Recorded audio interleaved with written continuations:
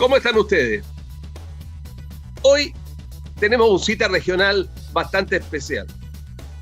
Primero, estamos grabando en horario distinto. A veces las cosas no salen como uno quiere que salgan. Permiso. Y segundo, vamos a hacer tres.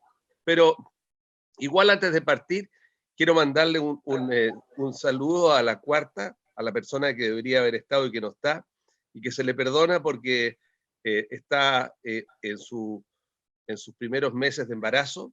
Me refiero a la diputada Camila Flores, que se tuvo que excusar y ausentar, y que para nosotros es realmente una noticia muy bonita y que la queremos destacar porque la conocemos desde niñita, digamos, entre comillas, en la política, y ella con Percy Marín van a ser papas. Quiero saludar a los tres contertulios que tenemos hoy día. En primer lugar, al diputado Tomás de Rementería Venegas. Diputado, ¿cómo está?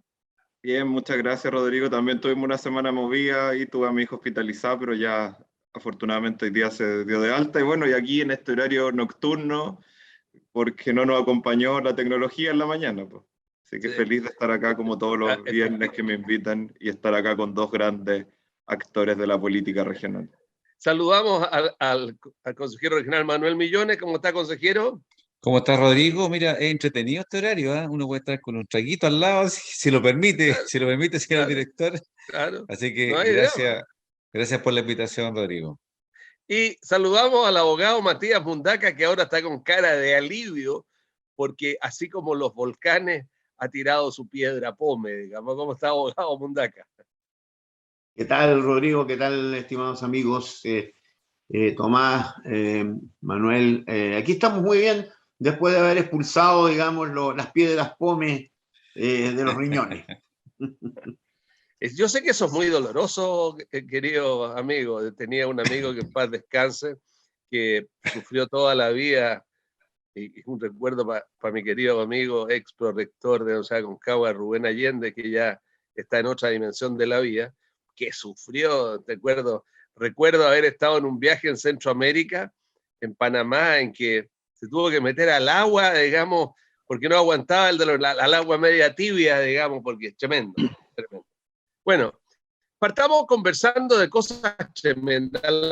La realidad es que quiero partir con usted, diputado Rementería. El ministro del Interior, es un Gonzalo o es la señora Isquia, porque ¿quién está realmente, lo acabo de ver en la televisión, enfrentando a pecho fuerte, claro, con serenidad, digamos, con una capacidad de dirección que laudable, y enfrentando con el pecho a las balas lo que pasa en el sur.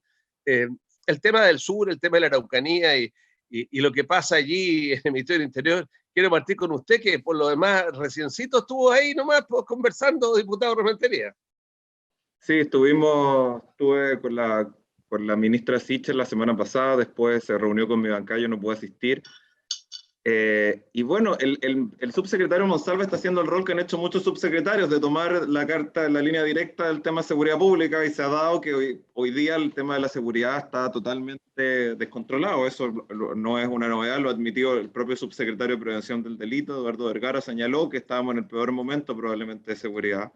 Ahí tenemos varios factores concomitantes, la cantidad de armas que andan en la calle, ahí tenemos varias cosas que hemos tratado de ver. Y bueno, y ahora el gobierno se ha dado cuenta de que tiene que tomar decisiones, y ahora se va a hacer, paradójicamente se retoma este proyecto que fue muy criticado, infraestructura crítica del presidente Piñera, se va a hacer una indicación sustitutiva para poder que los militares ejerzan la función no solo en una región en específico, sino que en tramos de caminos donde puedan cumplir esa función, donde no lo están cumpliendo, porque si bien el problema de la Araucanía es gravísimo, y ahí nosotros incluso hemos llegado a decir, los diputados socialistas, por ejemplo, los diputados de la zona y el senador Gastón Saavedra, que es de la octava región, ha señalado que incluso esto va a ser insuficiente, que vamos a tener que volver al estado de excepción.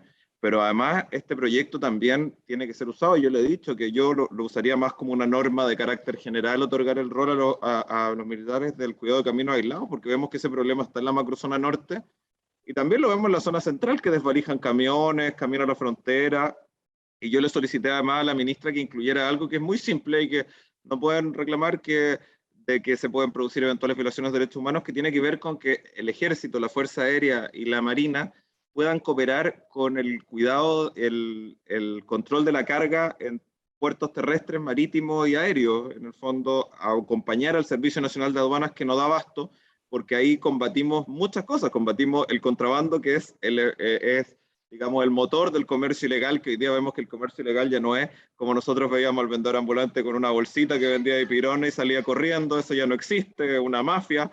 Vemos también el tema de la droga, que también entra por puertos y por puertos marítimos terrestres en gran cantidad y no tienen la capacidad para revisar. Y también el tema de las armas. Ahí hay un tema con las normas sobre contrabando que no incluye la ley de control de armas, solo establece apenas cuando se importa un arma entera, no por ejemplo cuando se importan piezas para hacer armas o armas de fogueo, que si bien se prohibieron, no se consideran como contrabando y ahí eso sabemos que es cosa hacerle un hoyo con un taladro para que se convierta en armas de verdad. Entonces ahí tenemos un trabajo que tiene que darse con mucho más rigor. También hablamos, se ha llegado a un acuerdo incluso de que participó el diputado Miguel Mellado, que es de la Araucanía, con el diputado Monsalve para ver los temas, con el ex diputado Monsalve y el subsecretario. También he hablado mucho con el subsecretario Monsalve de que podamos reponer el proyecto de una ley de inteligencia que haga funcionar bien el sistema, digamos, dentro de la Comisión de Defensa en la cual participo. Me parece, con lo que usted hablaba, diputado, me recordó una cosa que yo creo que usted no la debe conocer, digamos, y se la voy a contar. Seguramente conoce el Club Español de Reñaca. El Club Español de Reñaca era el castillo Di Giorgio, del conde Di Giorgio. Y el conde Di Giorgio fue un famoso señor italiano, de historia con su familia muy compleja, pero que hizo una cosa en los años 60 brutal, así como usted habla de las armas, contrabando. Traía, y como no había internet, traía una cantidad enorme de zapatos izquierdos por Arica y esperaba que los rematara y los remataba él. Y después lo entraba los zapatos derechos por Punta Arena y los remataba de nuevo él y después juntaba los pares y los vendía.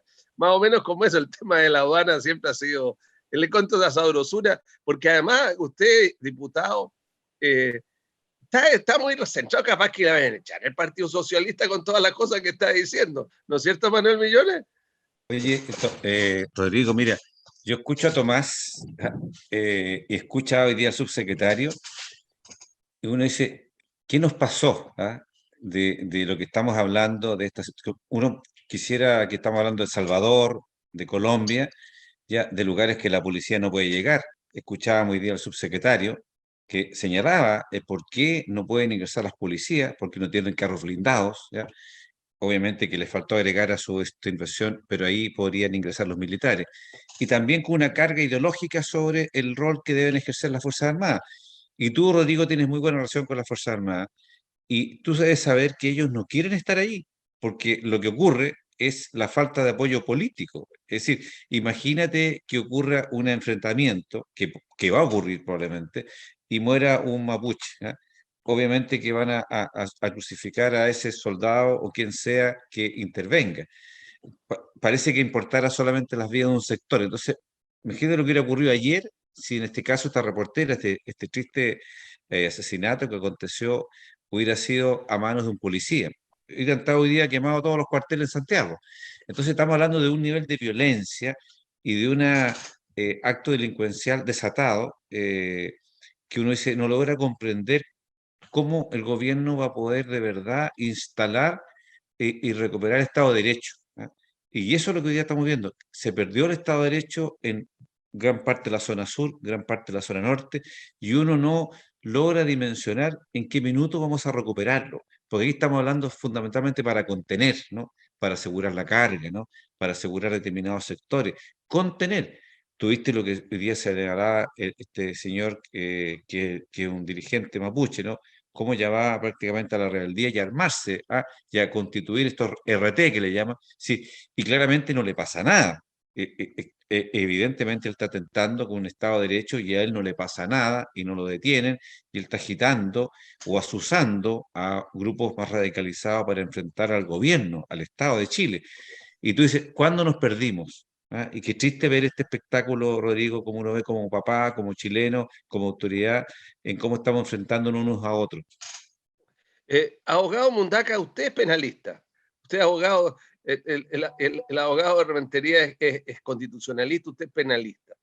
¿Qué pasa con el, no se aplica el Código Penal en Chile? ¿El procedimiento penal está laxo? ¿Los fiscales tienen miedo? Porque uno cuando mira en la televisión lo que hoy día apareció hace poco, digamos, de un dirigente mapuche y que llama casi a un acto que es insólito. ¿Qué opina usted? Bueno, yo convivo diariamente con el delito. Así que es como un vecino desagradable, pero existe el vecino. Y a mí lo que me produce una profunda preocupación es que no nos hayamos dado cuenta de hace ya varios años a esta fecha el problema de anomia que tenemos en Chile, la falta de respeto a la norma, y eso es por la pérdida de autoridad y de prestigio institucional que tendría que tener la clase política, el gobierno y las Fuerzas Armadas y por cierto, las fuerzas policiales. Y ese prestigio se ha ido desmoronando por los escándalos, por los abusos, por los crímenes, por la falta de control, por la ineficiencia, por la falta de preparación de nuestras policías, y porque en definitiva la gente va percibiendo eso. Y los que primeramente perciben esa debilidad son los delincuentes. Y en definitiva, de lo que se trata aquí es que hoy día estamos llenos de un mar de eufemismo. Nadie quiere decir la verdad. Entonces, ¿por qué esta cosa de la infraestructura crítica? Eso lo inventó Piñera para que, digamos, los demás no se enojaran porque quería poner a los militares al cuidado de la infraestructura crítica, las rutas, esto, lo otro, y no declarar el estado de emergencia porque para la izquierda eso era un pecado mortal. Esa es la verdad de la milanesa. Sí es. Y ahora estamos en la misma. O sea, este gobierno por el cual yo voté está usando el mismo eufemismo. Es decir, para no usar el estado de emergencia, quiere meter una indicación sustitutiva y crear un estado intermedio. O sea, yo creo que hemos llegado a tal nivel de degradación desde el punto de vista político en este país, es que ya la política no sirve para nada. Y para terminar, de la última desgracia, la Convención Constitucional declara que la policía chilena no puede ser militarizada. O sea, para terminar de ponerle una guinda a la torta, la Convención Constituyente dice que la policía chilena no puede ser militarizada, cuestión que en todos los países, digamos, no me van a decir ustedes que no existen los carabinieri en Italia, no existe la Guardia Civil en España, no existe la policía francesa, ¿no es verdad? ¿Cuál es el complejo? Aquí hay un complejo enorme, ¿no es verdad? Porque en algún momento los militares nuestros nos dieron un golpe de Estado y para eso no necesitaron ocupar ningún estado de emergencia. Lo dieron nomás. ¿Ah? Así que esto de los eufemismos, de que el ponerle un nombre distinto, si lo que hay que hacer es lo que hay que hacer, es declarar el estado de emergencia y punto. No, dejémonos de darnos vuelta. Ahora, yo también pienso que esto de que además el gobierno, para no ponerle como Piñera le puso este tema de este lenguaje medio raro de la cosa crítica, de las instalaciones críticas, y que la izquierda más extrema dice, no, eso le va a defender la empresa de los súper ricos. Entonces le cambian de eufemismo. Pero a mí me preocupa otra cosa más, Tomás, más, siguiendo con este círculo. Esta semana, usted, señor diputado, tuvo que estar en 2 votaciones que quiero que me las explique. No, explíqueme a mí, ¿cómo diablos esta Cámara de Diputados se vuelve loca? Yo no entiendo, o no entiendo, yo estoy muy viejo, o estoy leso, no sé, pero esto de que se aprobó una ley de los derechos de las personas menstruantes, exige una explicación. Personas menstruantes, las que menstruan son las mujeres primero, y además qué significa esa ley. Y segundo, una ley también de los derechos de las personas en embarazo o embarazarse. Yo no entiendo qué significa esto. O sea, hay una locura que se está pasando de la convención a la Cámara de Diputados. ¿Y cómo votó usted? yo no participé en esa votación porque estaba pareado, la verdad, para ser honesto. No estaba pariendo, no estaba pariendo. No estaba pariendo, ni apareándome tampoco, solo pareado. Estaba, bueno, yo creo que tiene que ver porque hay que reconocer, a algunos nos cuesta las nuevas identidades de género que se van generando. Obviamente también me explicaban, yo porque trato de educarme en estos temas porque no soy experto, de que también consideraba que se menciona personas por la separación de mujeres y niñas, porque las niñas también menstruan y no son mujeres aún. Entonces, obviamente tiene esa una discusión de términos que de repente a nosotros nos cuesta entender, pero creo que un avance. En el fondo, los dos proyectos en el fondo eran buenos. Lo que se otorgaba ayuda, pero obviamente ahí hay un tema de semántica que el lenguaje se hace bastante complicado. Pero quería aprovechar de volver, que encuentro que Matías tiene razón y creo que en eso tenemos que ser claros de que yo lo dije el otro día y lo he conversado con muchos colegas. Yo creo que si nosotros dejamos el tema de seguridad totalmente a la derecha, la izquierda no tiene, porque no es que no hablemos de nuestro punto de vista, obviamente no podemos hablar de nuestro punto de vista, pero la izquierda no habla de seguridad, no da una alternativa. Yo también le he dicho a muchos colegas de derecha que también ellos en algunos temas tienen bastante también prejuicios y cosas que les cuesta votar dentro de los temas de seguridad. Por ejemplo, el otro día votamos una ley de que el Servicio de Impuestos Internos, que Matías debe estar enterado, pudiera revisar cuentas corrientes en temas relativos a lavado de activo y contrabando, y la derecha votó en bloque en contra, porque el secreto bancario es más importante que las condiciones de seguridad. También son muy reacios bastante a las leyes que sean relativas al control de armas. Yo, por ejemplo, estoy pidiendo que haya mayor fiscalización a la armería y he tenido una persecución brutal de los armeros, que me mandan mensajes, me hostigan por las redes sociales, porque ya vemos los casos repetitivos que se dan de situaciones donde armería han vendido armas ilegalmente, porque yo, de hecho, me preguntaron porque yo lo dije en un matinal y me pidieron por transparencia y yo le mandé un book de más o menos 100 noticias donde se da eso de qué ha pasado, y también eso cuesta, entonces creo que ahí tenemos que llegar y creo que la idea del gobierno, que tal vez es tardía y tal vez tiene que ser, de llegar y nos sentemos a la mesa, la oposición, el gobierno, las policías, las Fuerzas Armadas, los sectores sociales, y discutamos cómo solucionamos esto, o cómo nos ponemos a solucionarlo y dejando atrás todos estos prejuicios que uno puede tener, ya sea políticos, de convicción. Obviamente nadie está a favor de las violaciones de los derechos humanos, y obviamente también tenemos tal vez mejorar los protocolos, tanto la Fuerza Armada y Carabineros, para que no sucedan, del manejo del uso de la fuerza y todo eso, pero también no podemos ser ciegos y pensar de que un carabinero que no tiene capacidad porque están reduciendo un 30% de su dotación, porque los carabineros tienen menos formación, porque se les ha ido reduciendo en el tiempo, eso mismo reclaman los mismos altos mandos de carabineros, van a poder responder a, por ejemplo, que desvalijen un camión en medio de la nada, que obviamente ahí tal vez los insumos y la técnica que tiene el ejército puede servir más. Y de hecho yo le solicité, cuando a mí me plantearon el proyecto de infraestructura crítica, yo me junté a solas con la ministra Siches para conversar el tema, porque además yo en el tema de derecho constitucional trabajo en el tema de estados de excepción, una de mis líneas de investigación, y le decía, ¿por qué no, en vez de hacer esto, replanteamos algo que hay intermedio entre una policía y el ejército, como existe, decía, la Guardia Nacional en México, un ejemplo claro que se usa? Obviamente eso tiene muchas más funciones, pero para poder hacer funciones tan claras como este control de carreteras aisladas también, para que los carabineros puedan volver a la calle a trabajar en lo que tienen que hacer, que es la prevención del delito, la flagrancia. En eso no tienen que estar haciendo el cuidado de zonas extremas porque no tienen las capacidades. También, por ejemplo, yo decía, ¿por qué no darle el resguardo de los edificios como el Palacio de la Moneda, aunque sea simbólicamente? Me decían que era terrible. Sacar a los carabineros de la Moneda, sacar esos carabineros a la calle y tener personal del ejército que haga la función de ahí de cuidar este edificio, porque obviamente tenemos que buscar de dónde sacamos personal policial, porque no es que yo ponga un aviso en el diario que estoy buscando policía, no funciona así, y tenemos un déficit de por lo menos el 30%. Y también hay un programa también de elementos. El otro día hablaba con el general de la quinta zona, el general Jofré, y me decía que, por ejemplo, tienen 100 carabineros nuevos, no los pueden subir a los cerros porque la mitad de las radiopatrullas están fuera de servicio. O sea, tenemos ahí una situación que es bastante precaria. Hay que ahí hacer una inyección económica para cosas tan básicas como que las radiopatrullas y las motos funcionan. Ok. Manuel.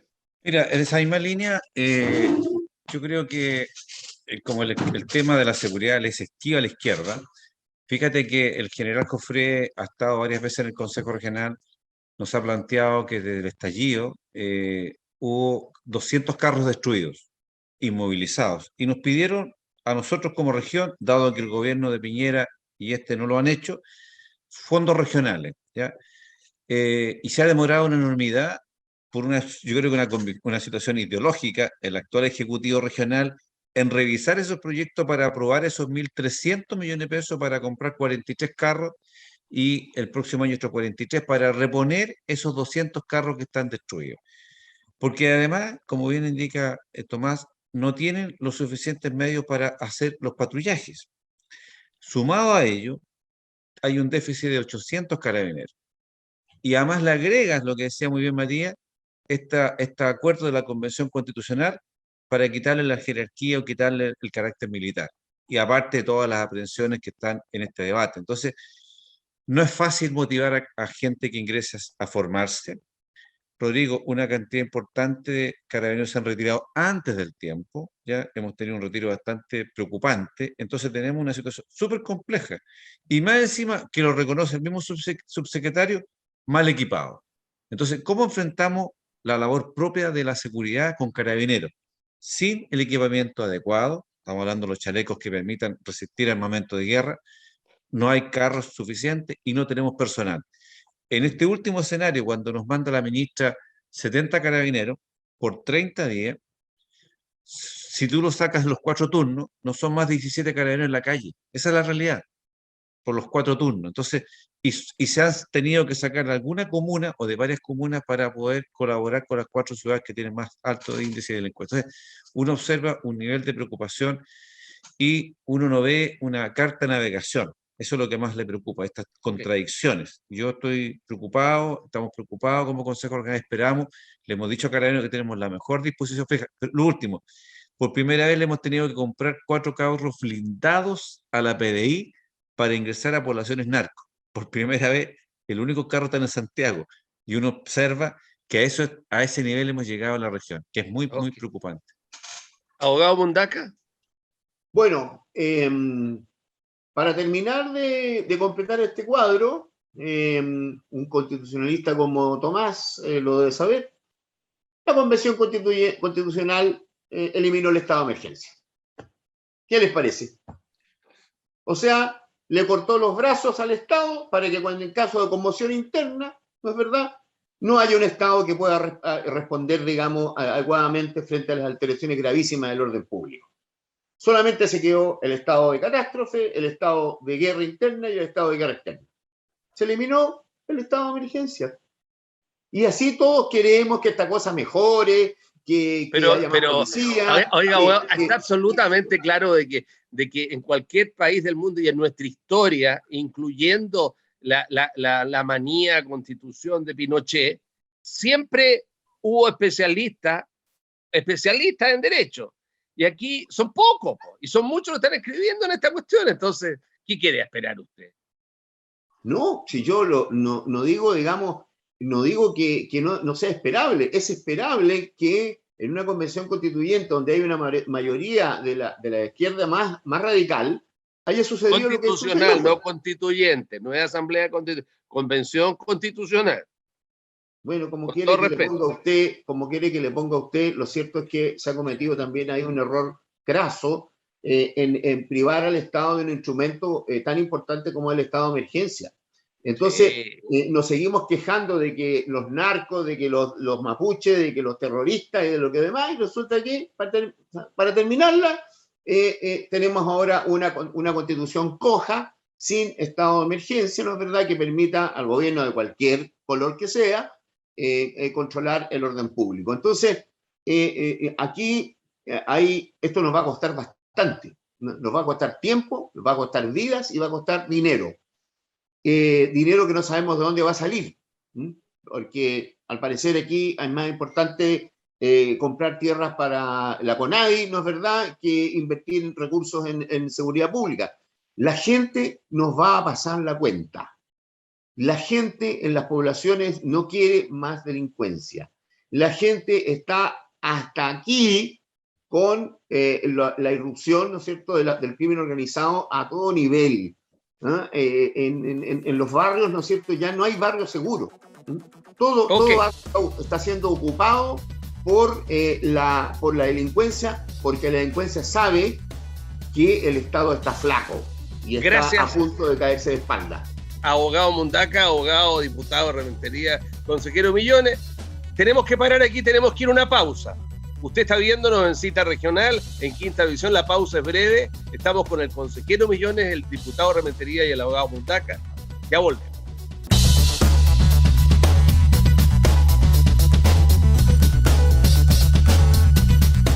Continuamos en la segunda parte de esta Cita Regional. Usted está con nosotros en Quinta Visión. Quinta Visión tiene que tenerlo claro, está desde San Antonio hasta los Andes, en las comunas más increíbles. Estamos en Quintero, estamos en Casablanca, por supuesto en las grandes, pero estamos en todos los lados de la región y nosotros un gusto tener estos programas de conversación como esta Cita Regional, en que hoy estoy con dos abogados, uno de ellos diputado, el otro y constitucionalista, el otro penalista, y un consejero regional que casi viene de la época de la prehistoria, el consejero Millones. Vamos a la segunda parte de esta conversación.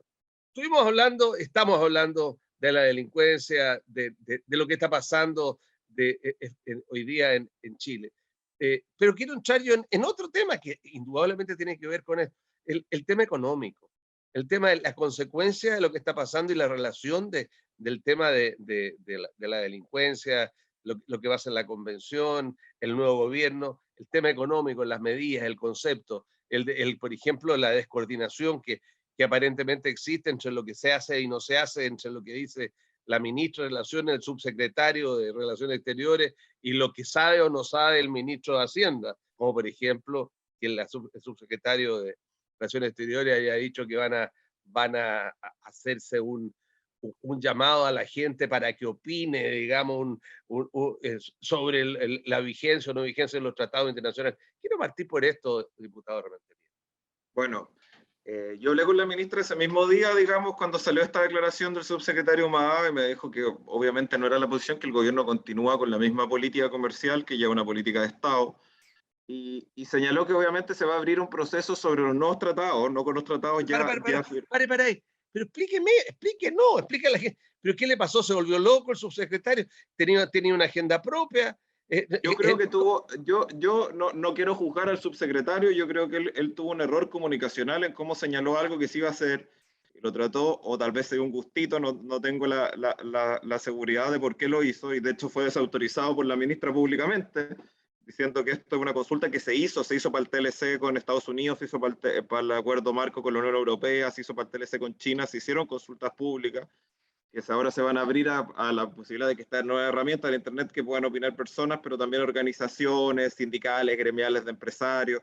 O sea, se ha hecho en todos los tratados. Hay una larga, porque de hecho el subsecretario en eso hierra y lo corrige la ministra cuando dice que eso no se había hecho nunca, dice el subsecretario.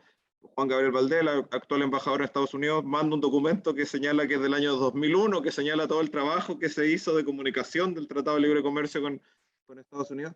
Y bueno, perdón, y ahí diputado, es que parece que entendió mal usted. El subsecretario dijo que él no había hecho nunca la pega que estaba haciendo. Eso es lo que no había hecho nunca y no entendía mucho. Probablemente. Entonces, obviamente, ahí hubo una situación, yo lo hablé con la ministra, hablamos porque obviamente la política comercial es un tema importantísimo para Chile, que es un país que es exportador, un país que además se dedica a los servicios que son clave en la política exterior, que vamos a hacer, tenemos el proyecto de convertirlo en una puerta para el Pacífico.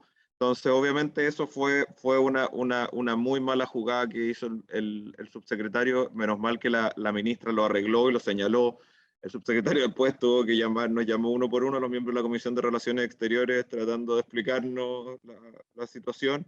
Obviamente acá no es lo que puede hacerse parecer. Acá en Chile nadie va a denunciar un tratado, no hay esa política, no hay esa idea.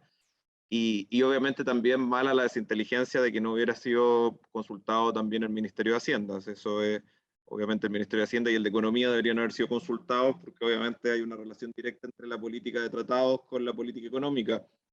Entonces obviamente deberían haber sido consultados. Yo creo que ahora el impasse se da por superado, pero obviamente tenemos que dar actos. Yo en eso estoy diciendo que debemos empezar a discutir los tratados comerciales nuevos, tenemos varios pendientes, tenemos que discutir nuestra relación, cómo se va a abrir. Yo por lo menos he tenido una relación cercana, por ejemplo, ahora me contactaron y hemos estado tratando, y con la ministra también, que ha sido muy de frente conmigo, con el embajador de Emiratos Árabes, que es bastante interesante para Chile, porque ellos tienen la concesión del puerto, de una parte importante del puerto de San Antonio. Hemos hablado con las autoridades de países que son productores de petróleo también, para diversificar la matriz de la compra que hace NAP de petróleo en el extranjero, con los precios del petróleo tan altos. Hemos hablado con los representantes de la Unión Europea, que están muy interesados en hacer trabajo acá con temas como ciberseguridad o política digital. Entonces creo que ahí es el camino. Si el subsecretario quería pegarse un gustito, se equivocó totalmente. Ok, Sí, Manuel Tomás. Millón. Sí, pero mira, yo quiero agregar lo siguiente, porque aquí si se habla por convicción o por convicción o por inexperiencia, porque cuando hoy día le responde Heraldo Muñoz, ¿no es cierto?, que tiene experiencia en estas áreas, porque el error que comete el subsecretario y la ministra cuando se habla de estos tratados de hacer participación ciudadana para que tengan legitimidad, ¿cierto? Y lo que le responde Heraldo Muñoz hoy, si la legitimidad se la da en el acuerdo cuando suscribe el Congreso, ¿cierto? No es un acto voluntarioso del presidente de la República, está expresamente en la Constitución. Entonces ahí claramente o es improvisación o es por convicción, que creen que efectivamente los tratados tienen que ser validados por la comunidad. Y justo se da esta situación de la consulta o que hace la Comunidad Europea, ¿no? Precisamente del ratificación de los tratados. Entonces, y nos deja en un escenario complejo, incierto económico, por la situación de la pandemia, la crisis económica, y son señales erráticas. El mercado es muy sensible, ¿no? Y en un mundo global todo esto afecta. Entonces creo, Rodrigo, que se han cometido errores, pero aquí la pregunta es si es errores o si se actúa por convicción. Y el subsecretario sigue pensando lo mismo y tuvo que retroceder por el impacto que provocó y fundamentalmente por la quitada pizza que le hace el ministro de Hacienda, ¿no? Pero claramente yo espero y confío en lo que se toma, digamos, de que por lo menos la ministra ha retrocedido y ha dejado la línea clara del gobierno. Yo creo, Tomás, que finalmente no van a hacer esa encuesta, no tiene un poco sentido hacerla, ¿no? Esa suerte de plebiscito o consulta Es ciudadana, que algo porque que ya se ya se había fumó. hecho. Claro, entonces ya, pero yo creo, mira, Rodrigo, tú lo señalabas, es un momento económico complejo, las tasas de interés muy altas, los créditos aumentaron en serio las tasas de interés, la construcción paralizada, muchos proyectos con subsidio del Estado, lo ha dicho el ministro Monte, DS19, DS49, frena la economía, alza de precios, entonces es una situación muy, muy difícil que vamos a tener que volver probablemente con las cajas de mercadería o con las ollas comunes que ya están presentes. Abogado Mundaca, usted que es bueno para los dichos, hay un dicho que dice lo que natura no da, Salamanca no lo presta. Y también, digamos, ¿será que no hubo mucha prolijidad en el nombramiento de autoridades? Digamos, ¿no será que le quedó un poquito grande el cargo a este subsecretario? Pero el tema no es solamente eso, el tema es que económicamente además se dan dando señales. Por ejemplo, la minería.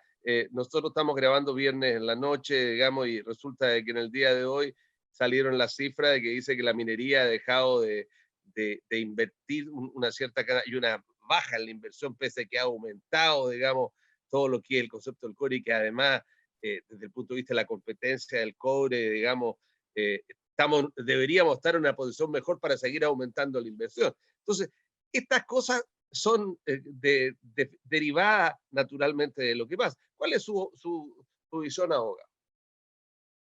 Mira, el tema de la crisis que venimos arrastrando ya, creo yo, del estallido social, pasando por la pandemia el año pasado, con los retiros previsionales, la inflación, la crisis mundial.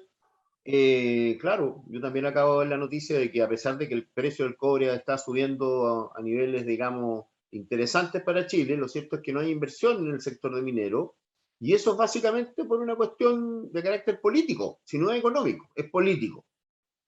Porque de pasar a un Estado como el nuestro, en que las concesiones mineras se constituían por sentencia judicial, es decir, era un órgano no político el que concedía las concesiones mineras a través de un procedimiento judicial, hay una convención constitucional que acaba de aprobar una norma que dice que ahora las concesiones mineras van a ser administrativas. Es decir, las va a manejar el poder político.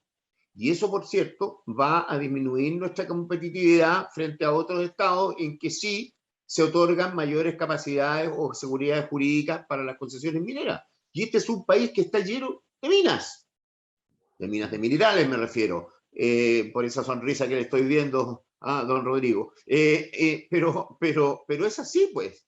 Nosotros tenemos una especialidad en este país, que es pegarnos tiros en los dedos, en los pies.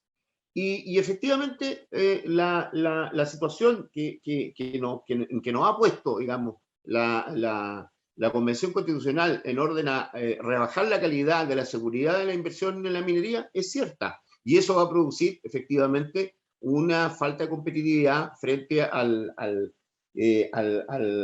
resto de los países que son mineros.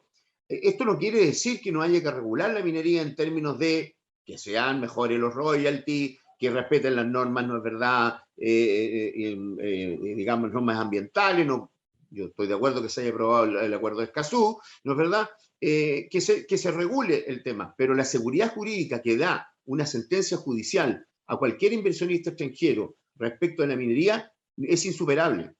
Y eso Tomás lo sabe perfectamente. Las grandes compañías mineras del mundo que están invirtiendo en Chile, aunque son chilenas, la mayoría de las grandes compañías mineras que están en Chile son chilenas, no son extranjeras. De manera tal que entendemos que efectivamente el proceso de degradación de la economía que se ha venido arrastrando los últimos 3 años nos tienen un problema complejo y yo creo que lo primero que hay que hacer ahí es inmediatamente tratar de introducir incentivos para que haya mejor empleo, más y mejores empleos y además incentivos para que esta actividad económica que básicamente está movida por las pequeñas y medianas empresas recibe una inyección importante de recursos del Estado de manera tal de que se pueda echar a andar la economía y no tengamos que cojear más, porque ahora estamos cojos, bastante cojos. Ahora, diputado Rementería, yo quiero no dejar de tocar el tema de la derivación de todas estas cosas de la Convención Constitucional, porque está por terminar la Convención Constitucional, está por terminar el texto definitivo, pero resulta de que a esta altura ya se sabe, la Constitución más grande del mundo, más grande, con mayor cantidad de articulado, nunca vista. Hasta la fecha, 166 veces la palabra indígena adentro. Es casi que un profesor de castellano le diría, oiga, esperemos que la Comisión de Armonización arregle, pero... Y lo más increíble, es decir, todo este tema para indígena y pluricultural que está, indigenista que está metido adentro, se gastó una cantidad enormemente grande de dinero en una consulta indígena y participaron 7.200 y tantas personas. No se aprobó ni una norma. No se aprobó ni una norma. Pero es perder el tiempo. ¿Qué significa aquello? Bueno, la consulta indígena lamentablemente o afortunadamente nos obliga el convenio 169 del OIT, había que hacerlo.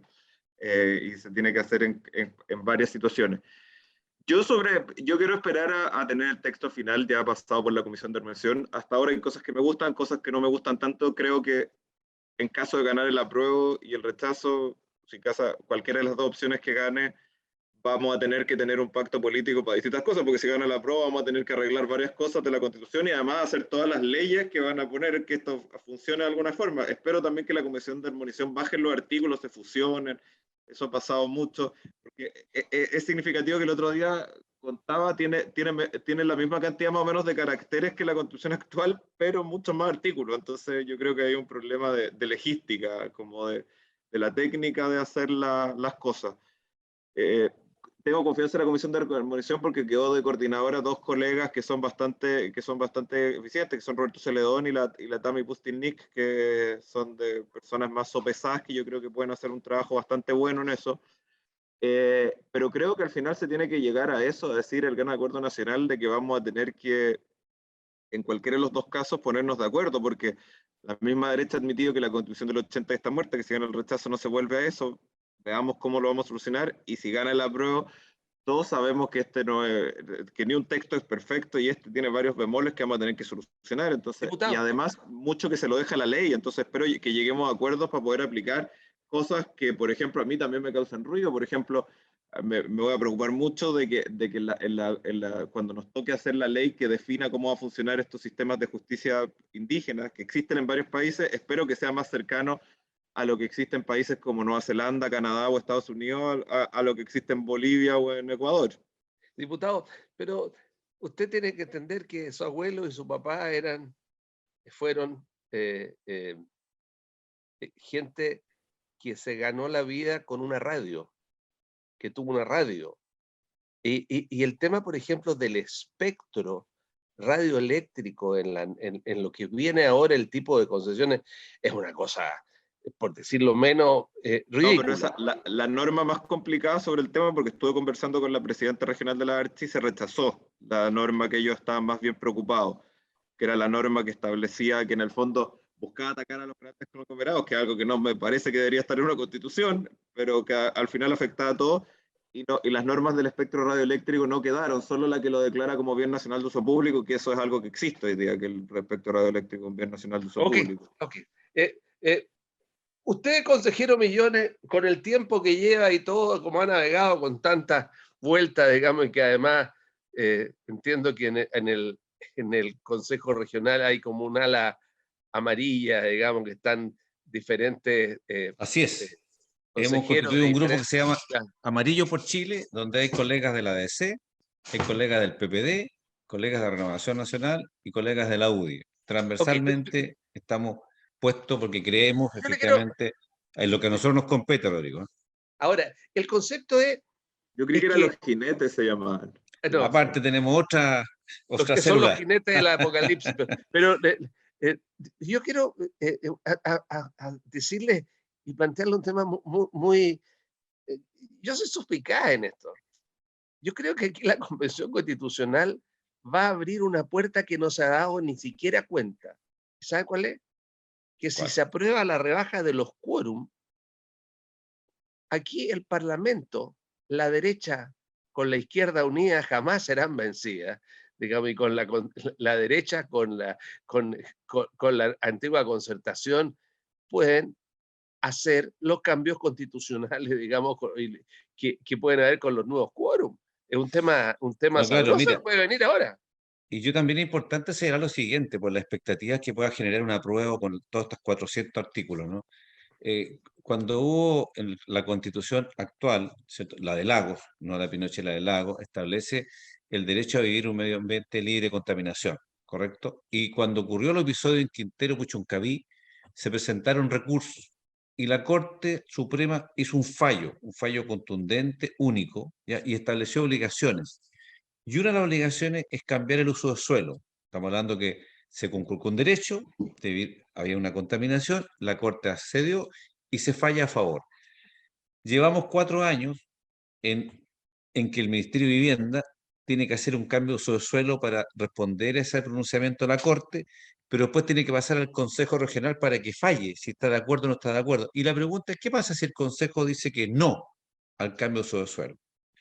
Te digo esto, en España está consagrado el derecho a la vivienda hace muchos años, ¿ya? Y hemos estado con parlamentarios españoles y es imposible poder dar respuesta a ese derecho.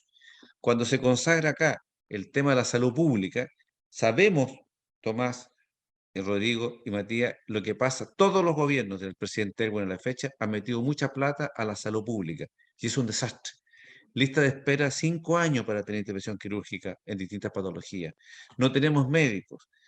Entonces tú vas a reventar algo que ya está colapsado. Entonces, ¿por qué no hay respuesta? Porque después la ley va a tener que hacerse cargo de ver cómo se implementa ese derecho a la salud pública o cómo se implementa el derecho a la vivienda.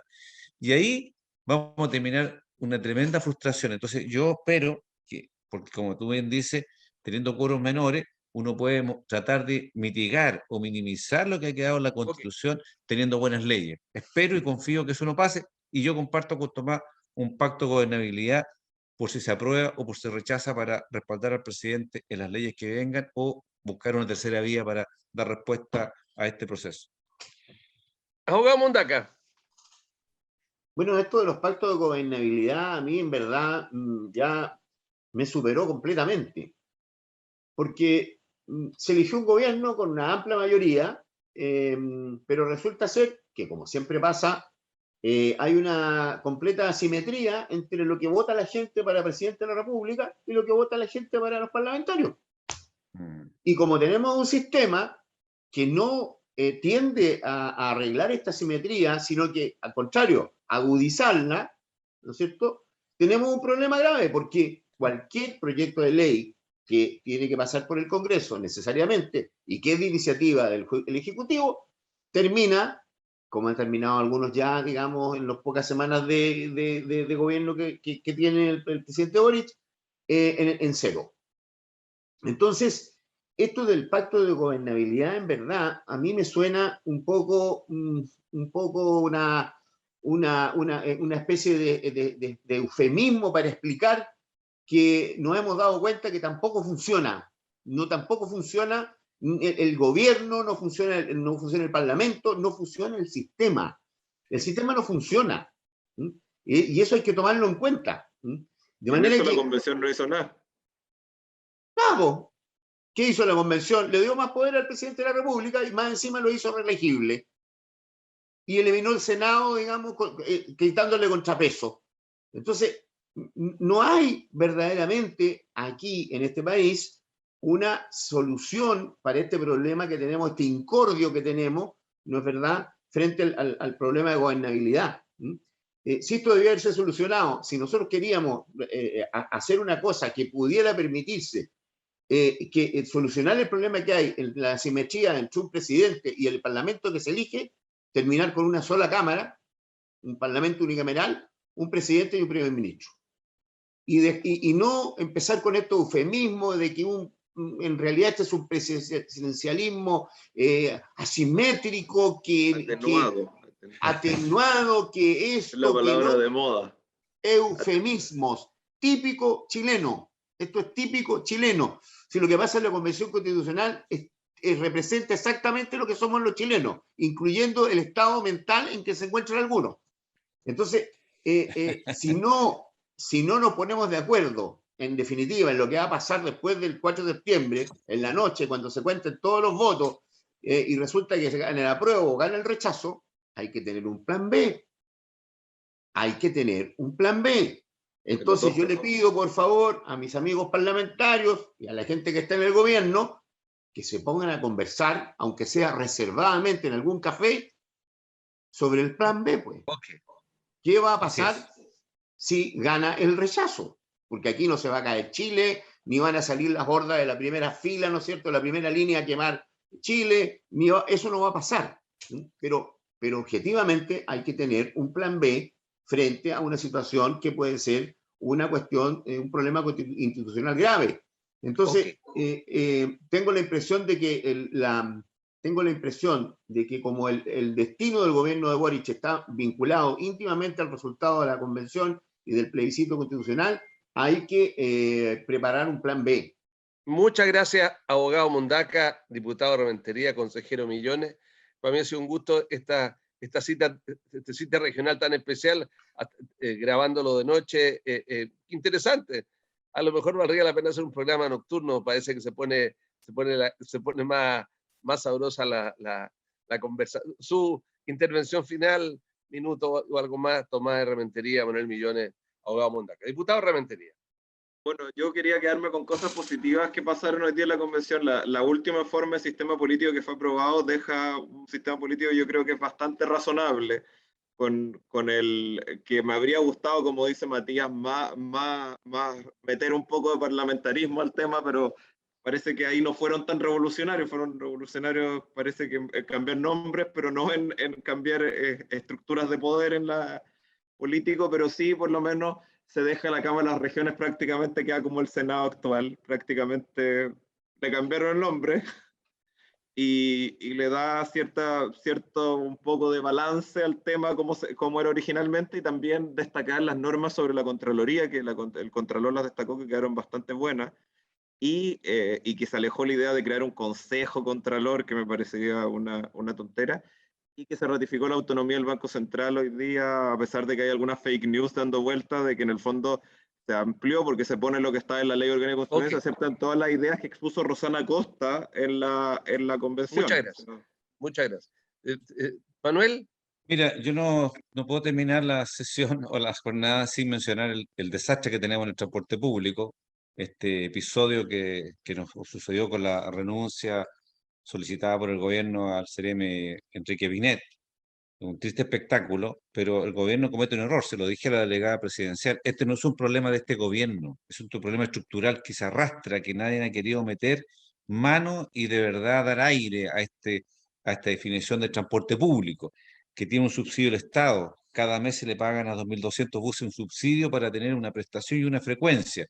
Y lamentablemente veo que se abrió un sumario sobre el ex-CRM y no se está resolviendo el conflicto. Entonces me preocupa y espero que el diputado también pueda meterse en ese tema porque afecta a todo. Fíjate tú, Rodrigo, que en marzo la gente reclamaba porque no sabía ni frecuencia ni flota. No pasó nada, no hay Ok, sumario, no hay sanciones. Así que una ok. preocupación, ojalá que en nuestro programa pueda debatirlo. Sí, lo vamos a hacer, pero además yo quiero decir una cosa, se lo dije al senador Latorre a quien entrevisté.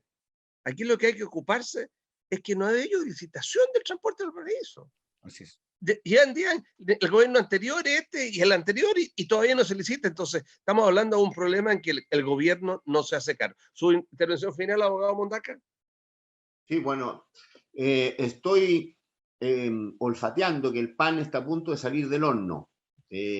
Mañana sábado es la última sesión plenaria de la Convención Constitucional y yo voy a esperar decidir mi voto una vez que tenga el articulado completo y el pan haya salido del horno. A algunos les gusta con más sal, otros con menos sal, otros con más levadura, otros con menos levadura. Okay. Lo cierto es que hay que probarlo y después votar. Hay que tener cuidado con eso de probarlo. A mí no me gusta el pan quemado. Muchas gracias, abogado Mondaca. Y cuando viene quemado no hay nada que hacerle. Tomás de Rementería, Manuel Millones. Un gusto tenerlo aquí. Y a usted que nos está viendo en su casa, muchas gracias por estar con nosotros en el Cita Regional. Que estén ustedes muy bien.